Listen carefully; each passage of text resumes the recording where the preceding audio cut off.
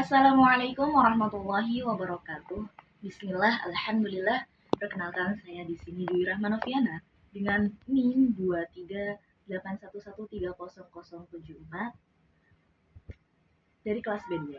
Di sini saya akan sedikit mempresentasikan untuk memenuhi tugas psikologi pendidikan, yakni membawakan yang berjudul perbedaan teori belajar.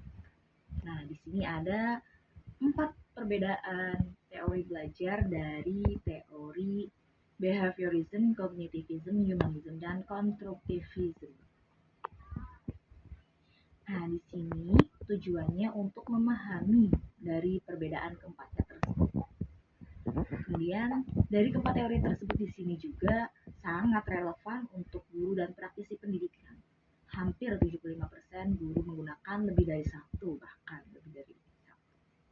Nah, teori belajar behaviorism, langsung saja. Di sini saya akan menjelaskan tentang belajar behaviorism, yaitu adanya belajar menggunakan perubahan perilaku yang dapat diamati.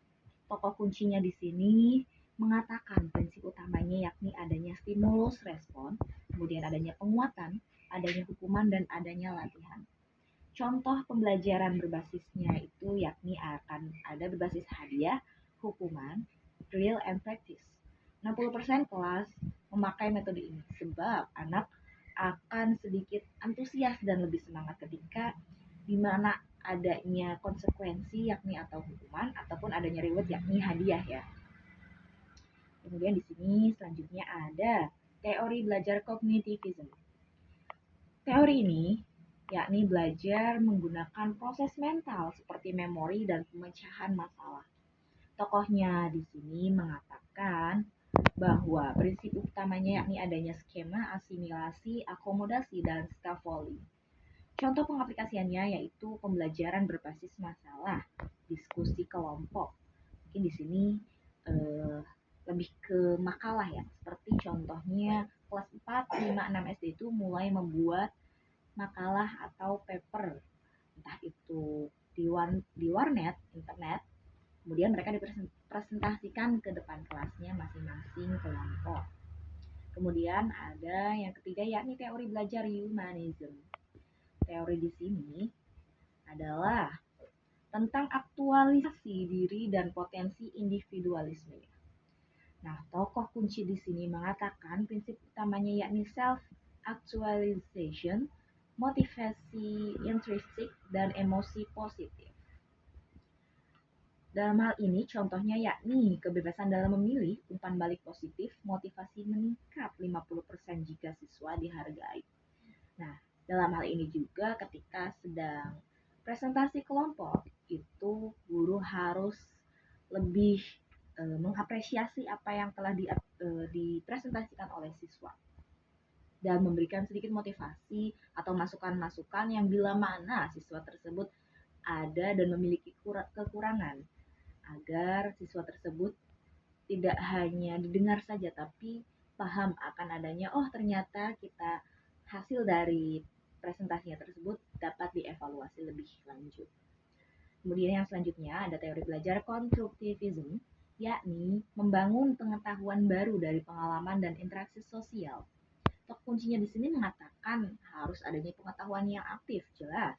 Kemudian adanya proses sosial dan konteks pentingnya yakni kita harus membuat konteks dari teori tersebut.